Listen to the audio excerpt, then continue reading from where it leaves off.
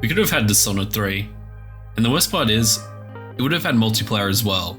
So RPS recently interviewed the Arkane founder, and the only reason we got Deathloop was due to Bethesda being unsure about the future of Dishonored and wanting something more profitable with microtransactions.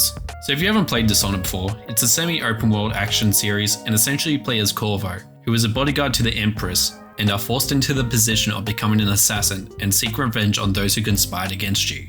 So when discussing the future projects with Bethesda, Arkane were asked to pitch a smaller, more experimental project, opposed to say, well, another Dishonored game, as the series' second installment failed to live up to their expectations, which while it is difficult to find any concrete evidence of sales numbers, from what I could find, it would have likely turned a profit, though was not on par with the original game's sales. Bethesda wanted something with microtransactions and multiplayer of course, though at least they also wanted something more roguelike, which is awesome because it doesn't feel like we get enough of those games. Though why is the answer with all these companies to add microtransactions? Especially in a roguelike, that just feels wrong. Even if it is just cosmetic in nature, it just doesn't belong.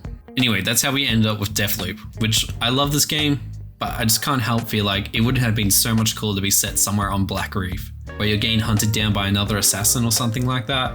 But you can definitely feel the influences of Dishonored within here, from more open environments allowing you to take on the mission your way, to the supernatural powers and even the visual style, with it looking realistic yet exaggerated. Sadly though, Deathloop had disappointing sales, but I can't help feel like that could have been helped a little bit if it had a Dishonored coating of paint. And as usual, the over-marketing that Bethesda gave this game did not help at all.